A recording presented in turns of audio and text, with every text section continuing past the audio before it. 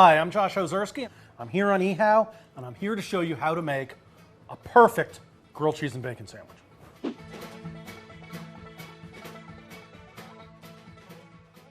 The thing that I care about most in the world, more or less, is the grilled cheese and bacon sandwich. A dish that has kept me company from the solitude and celibacy of my early youth well up into the present day. And rather than showing you like how to make the perfect grilled cheese and bacon sandwich, because you'll be like, so what? Like, who doesn't know how to do that? The fact is there's so many ways to screw it up that I wanted to demonstrate some of them to you, and then I'll show you how to make the perfect one. This is a double smoked slab bacon, such as you would get from a high quality butcher, an artisanal meat shop. Don't use it. We're using the basic Oscar Mayer bacon here. I can't believe it's butter. Delicious, healthy. Don't use it. Whole wheat bread, don't use it. All right, so how do I make it right? I mean, what's the right way to do it? I take my white bread, I take some softened butter. The softened butter is spread so every inch is covered. I am not parsimonious with the butter. The butter goes into the bread, and in fact, the butter is going to transform the bread, making it a transparent vehicle, basically like a giant crouton. You hear the sound? It's hot. It goes down hot. The thing about grilled cheese, the cheese melts very fast.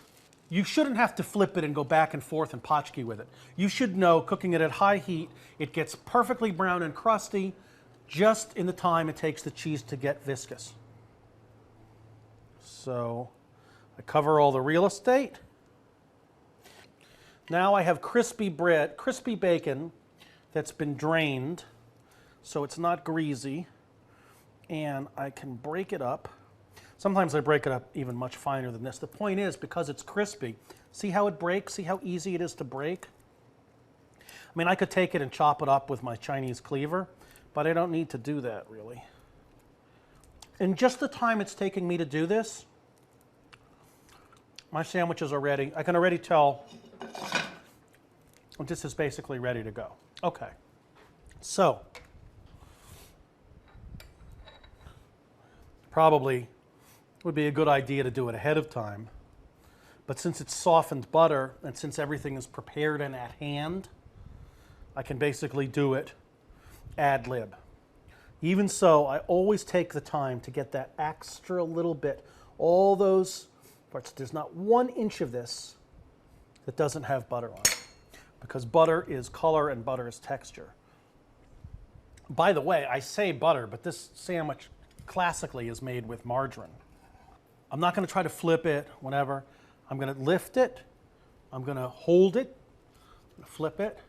Now that looks right. See, that's what it's supposed to look like. Now it's going to go down. Oh, that sounds. In The Big Lebowski, the dude lies there listening to the bowling, like the sound of bowling pins. Like, I would love to listen to the sound of that hitting the pan. So in like 30 seconds, this is going to be done. And I'm going to cut it across ways. I'm going to take a bite out of it. The cheese is going to be viscous. The crust is nice and crispy. It's buttered all the way through. It's the right kind of bacon. It's been drained. It's a nice sandwich. It does justice to one of the best American recipes. So I take my knife.